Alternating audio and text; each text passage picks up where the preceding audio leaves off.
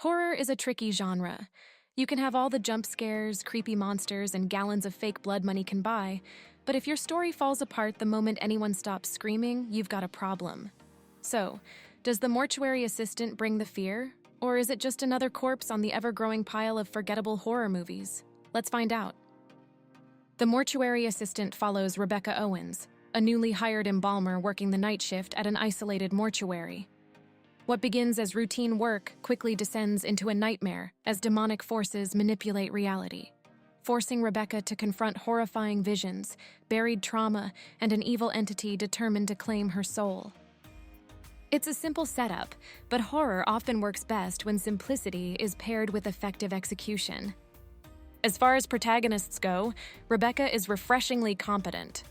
She's frightened, and rightly so, but she doesn't spend the entire movie making spectacularly stupid decisions just to keep the plot moving.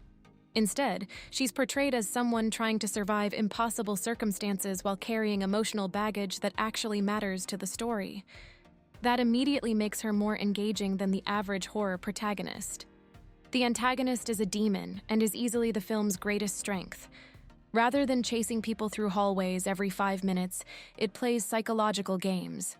It lies. It manipulates. It distorts reality. You never feel entirely certain whether what you're seeing is happening or simply another trick. That uncertainty creates genuine tension. Unfortunately, the film never digs deeply enough into its mythology.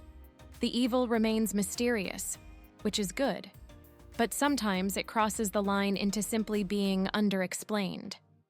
A little more lore could have elevated the entire experience. The story starts incredibly strong. It establishes its setting, introduces the supernatural threat quickly, and wastes very little time getting to the horror. Where things become less effective is the middle act. After a while, the formula becomes familiar. Another body, another strange occurrence, another hallucination, another scare. Repeat. The scares remain effective, but the narrative occasionally feels like it's spinning its wheels before finally moving toward the climax. Nobody's going to remember this movie because of its dialogue, and that's perfectly fine. The conversations exist to support the atmosphere rather than steal the spotlight. The screenplay understands that horror isn't just about monsters, it's about vulnerability. Rebecca's personal struggles aren't simply tacked on to create artificial emotional depth. They're woven into the supernatural conflict in a way that makes both elements stronger. That said, there are moments where interesting ideas are introduced only to be brushed aside before they're fully explored. The foundation is decent, but the execution could have gone one step further. Unfortunately, the script is convoluted. There are so many things that get thrown in that come from nowhere. Raymond, Rebecca's boss, has all the answers and could give more guidance from the start, but he doesn't. Rebecca is forced to go on a bit of a hunt to find clues to the name of the demon. He could have easily just said so, instead of having her go look for VHS tapes that give crappy instructions, and little reasons are given.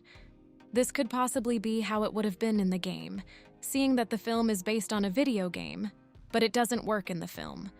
The horror elements are the film's biggest success. The atmosphere is relentless. The mortuary itself feels oppressive. We get long, silent corridors with cold lighting. The movie understands that anticipation is often scarier than the payoff.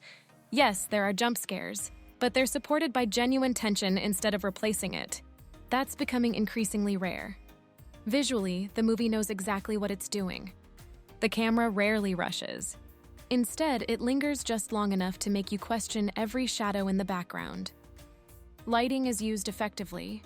Darkness actually conceals things instead of simply making the screen impossible to see, and the confined locations help create an almost suffocating sense of isolation. The mortuary itself becomes one of the film's strongest characters.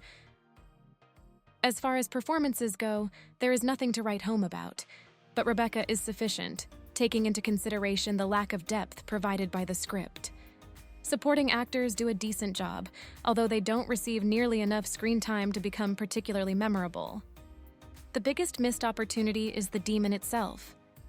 The movie hints at a fascinating supernatural history, but never fully commits to exploring it. Imagine learning more about previous victims, the origins of the entity, the history of the mortuary. Perhaps even why Rebecca was specifically targeted beyond surface-level explanations.